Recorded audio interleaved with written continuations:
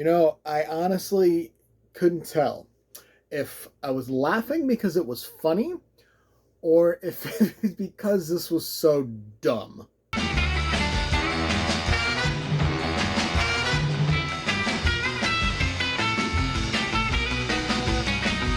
All right, so Rob Zombie's version of the Munsters. It's an origin story. It's how Herman was made. It's how Herman and Lily met. It's how they found Spot.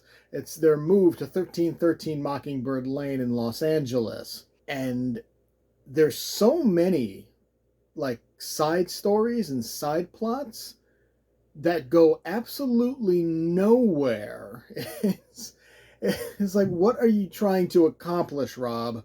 We've got multiple actors playing multiple roles, like Richard Brake. He plays the mad scientist who creates Herman, but he's also Orlok, Count Orlok from Nosferatu, the movie Nosferatu, on a date with Lily. And, I mean, he's great. Richard Brake is always great.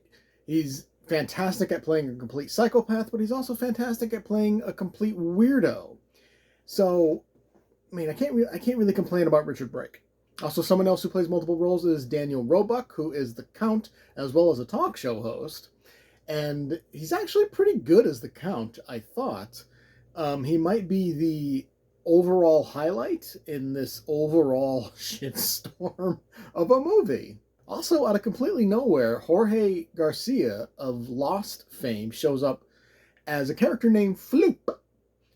And it's basically Igor. It's basically Igor, even though we also have a character named Igor, played by Sylvester McCoy, who was the Seventh Doctor. So it's like, where are all this coming from? Honestly, one thing I was kind of looking forward to was the fact that Butch Patrick and Pat Priest were supposed to show up in this movie in cameo roles. They're the last two surviving members of the original Munsters TV series, and both of them are relegated to voiceover roles.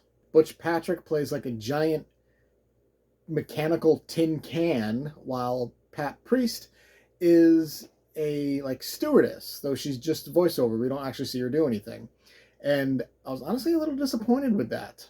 Sherry Moon Zombie is, I mean, she's all right as Lily. I think she channels Yvonne DiCarlo decently. Like, her mannerisms are very much like DiCarlo's from the original Munsters, and I think she did all right.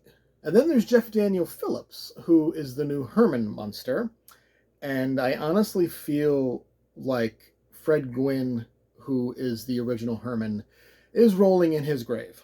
Yeah, I don't know what it was. It could have been Zombie's writing, the script itself, or maybe Phillips was overacting. Maybe that was the point of him. He was supposed to overact. I don't know.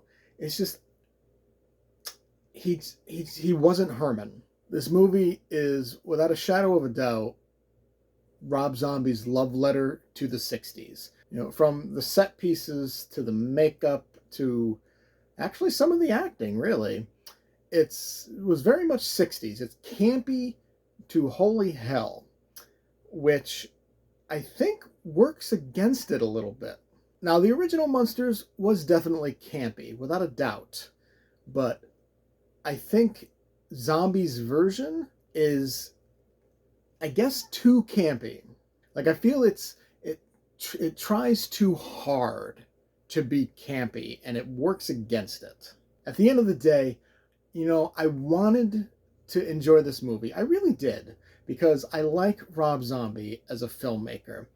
House of a Thousand Corpses, Devil's Rejects, love them. His first Halloween movie, I think it's great. The sequel, not so much. The Lords of Salem is fucking weird, but it's good. 31, I fucking loved. And, he tries something different, and I give him major kudos for it. I really do. He tried something different, but I feel like this is not his forte.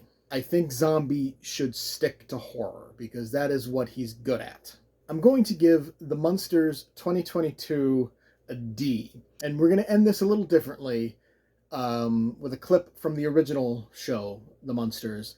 And, well, assuming, of course, YouTube doesn't, hate it, and I have to re-edit it and re-upload, at which point it's going to fade out just after I say this. At one point, Herman, after seeing all the normal people on Mockingbird Lane, he calls them freaks. You know, they're ugly. They're not beautiful people. The key word for me was freaks. And that is not Herman. It goes against Herman Munster as a character, as evidenced by this clip. The lesson I want you to learn is it doesn't matter what you look like. You can be tall or short, or fat or thin, or ugly, or handsome, like your father. You can be black or yellow or white. It doesn't matter. What does matter is the size of your heart and the strength of your character. Did you enjoy the review? Make sure to hit that like button and subscribe to get notified when more reviews go live. Feel free to leave a comment to discuss your thoughts on the movie or show, and I will see you next time.